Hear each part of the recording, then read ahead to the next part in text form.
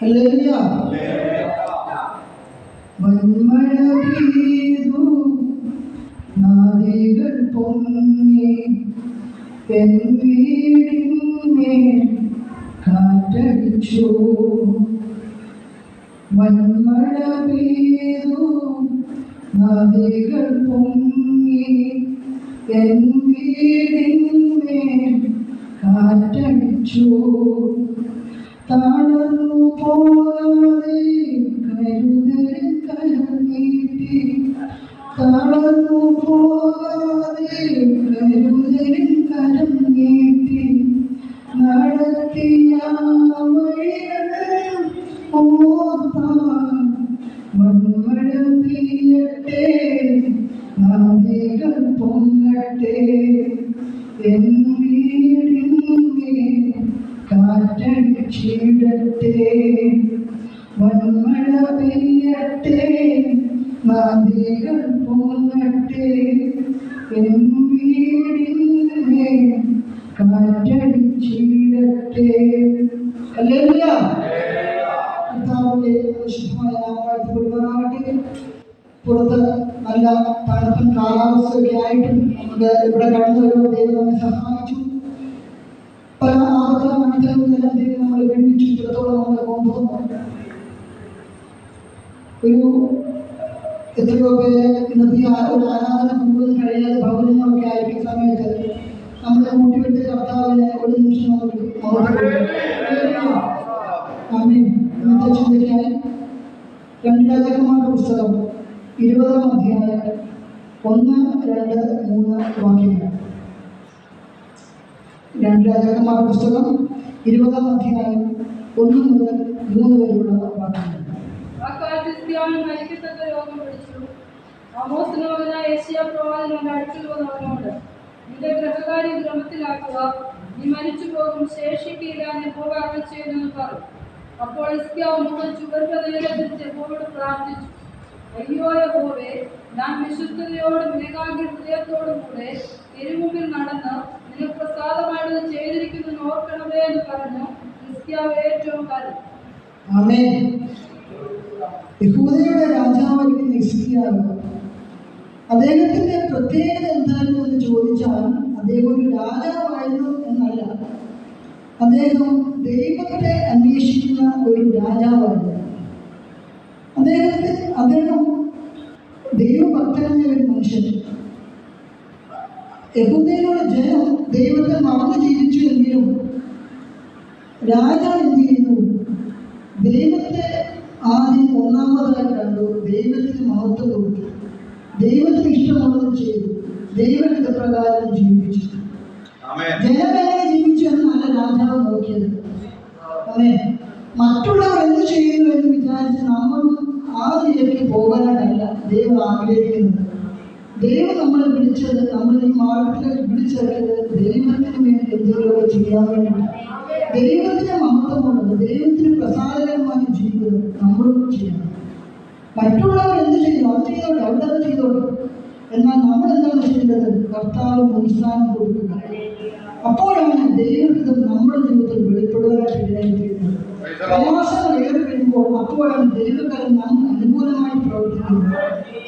ഹിസ്കീയാവിന്റെ ജീവിതത്തിൽ വന്ന ഒരു ഏറ്റവും വലിയൊരു പരീക്ഷാ കാലഘട്ടം.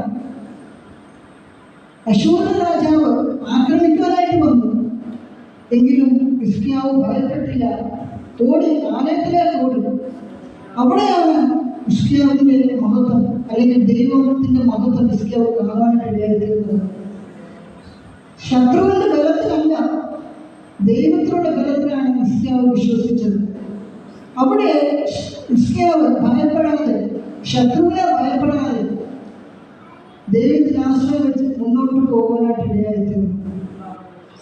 ശത്രു എത്ര പ്രബലനാണെങ്കിലും കർത്താവ് നമ്മോട് കൂടെ ഉണ്ടെന്ന് ഉറപ്പും വിശ്വാസം നമ്മുടെ കൂടെ ഉണ്ട് എങ്കിൽ എത്ര വലിയ പ്രയാസമായാലും, എത്ര പ്രയാസം നമ്മുടെ ജീവിതത്തിൽ നേരിട്ട് വരികയും നമ്മെ സഹായിക്കുന്ന ഒരു കർത്താവ് നമ്മളോട് കൂടെ ഉണ്ട്.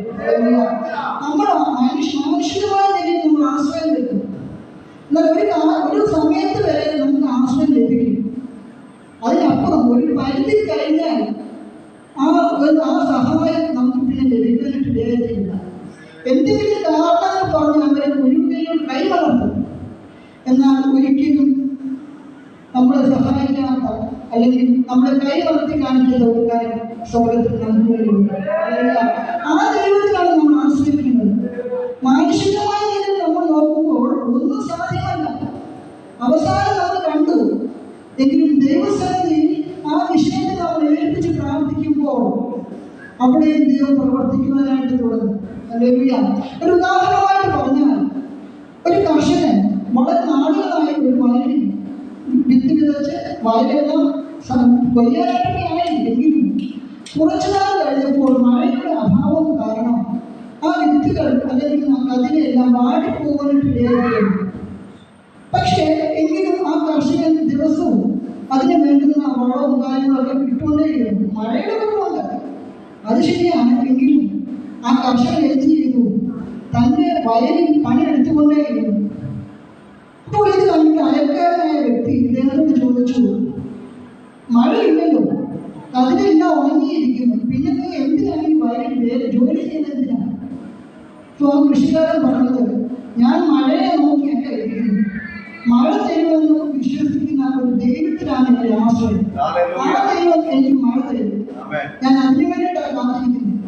ഞാൻ മഴ വന്നിട്ട് എൻ്റെ ഈ ജോലിയുടെ ചെയ്യാനായിട്ടിരുന്നാൽ എനിക്ക് ചിലപ്പോൾ ഇതിന് ഫലം കിട്ടിയെന്ന് വരത്തില്ല. അതുകൊണ്ട് ഞാൻ എന്ത് ചെയ്യുന്നു? നമ്മൾ നേരത്തെ തന്നെ കാര്യങ്ങളെല്ലാം ക്രമീകരിച്ച് വെക്കുന്നു. എങ്കിലും ദൈവം തക്ക സമയത്ത് എനിക്ക് വേണ്ടി മഴ വരത്തില്ല. അവിടെയാണ് കൃഷിക്കാരൻ്റെ ആ ഫലം, ആ താൻ വേറെ എടുത്തതിൻ്റെ ഫലം നമുക്ക് കിട്ടാനായിട്ടിടയായിരിക്കുന്നത്. ഒരു തരത്തിലും നമ്മൾ ശ്രദ്ധ മുന്നോട്ട് വിടാതെ നമ്മൾ തകർത്ത് കളയുവാൻ നോക്കുമ്പോൾ ദൈവത്തിന് ആശ്രയം ലഭിക്കുക. അങ്ങനെ നമ്മുടെ വായിച്ച അധ്യായത്തിൽ നമുക്ക് കാണാനായിട്ട് കഴിയുന്നു, നിന്റെ ഗ്രഹകാര്യം ക്രമത്തിലാക്കുക. അവസാന നിമിഷമാണ്, അവസാനിക്കാൻ പോകുന്നു എന്ന് പറഞ്ഞു. എങ്കിലും ഇസ്ലാം ചുമരിനോട് മുഖം തിരിച്ചു പറഞ്ഞു. അന്നേരം ദൈവത്തെയാണ് നോക്കിയത്, അല്ലാതെ ഇസ്ലാമിന്റെ മുഖത്തോടല്ല നോക്കിയത്. ദൈവത്തെ നോക്കിക്കൊണ്ട് പറഞ്ഞു, ഞാൻ വിശ്വസ്തയോടും ഏകാഗ്രതയോടും കൂടെ തിരുമുമ്പിൽ നടന്ന് നിങ്ങൾക്ക് പ്രസാദം വഹിച്ച് ജീവിക്കുമെന്ന് ഓർക്കണമേ. ഹല്ലേലൂയ.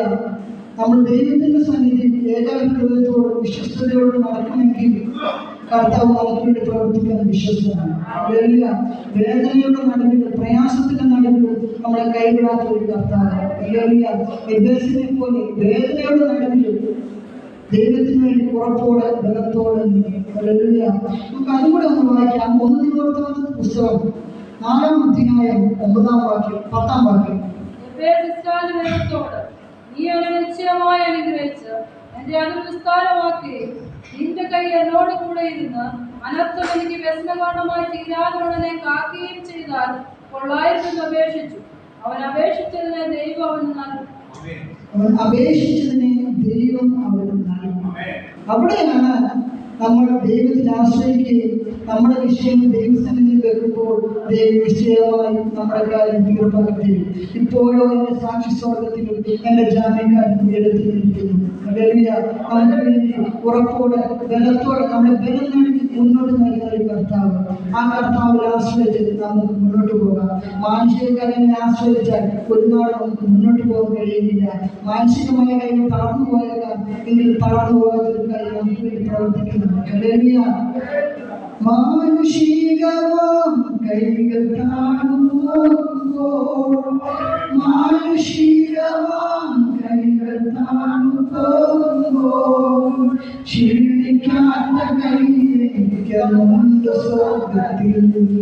ക്ഷീണിക്കാത്ത കൈയ്യെനിക്കുണ്ട് സ്വർഗത്തിൽ. അന്ധകാരത്താൽ കണ്ണു മങ്ങുമ്പോൾ, അന്ധകാരത്താൽ കണ്ണു മങ്ങുമ്പോൾ മങ്ങിടാത്ത കണ്ണെനിക്കുണ്ട് സ്വർഗത്തിൽ.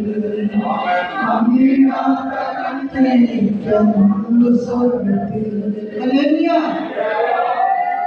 അനുദിനം വഴി നടന്ന കർത്താവിനെ ആശ്രയിച്ച് നമുക്ക് മുന്നോട്ട് പോകാം. നമ്മെ താങ്ങുന്ന കർത്താവിന്റെ കരങ്ങളിൽ നമ്മെ തന്നെ സമർപ്പിച്ച് നമുക്ക് മുന്നോട്ട് യാത്ര ചെയ്യാം. ക്രിസ്ത്യാനിയെ പോലെ ഏതവസ്ഥയിലും നമുക്ക് ദൈവത്തെ നോക്കി കർത്താവാണ് എൻ്റെ ആശ്രയം, ദൈവമാണ് എൻ്റെ ആശ്രയം എന്ന് പറയുന്നത് ഞങ്ങളുടെ യാത്രയാണ്. ഇപ്പോൾ ഞങ്ങളാണ് എല്ലാവരും അന്വേഷിക്കുന്നത്.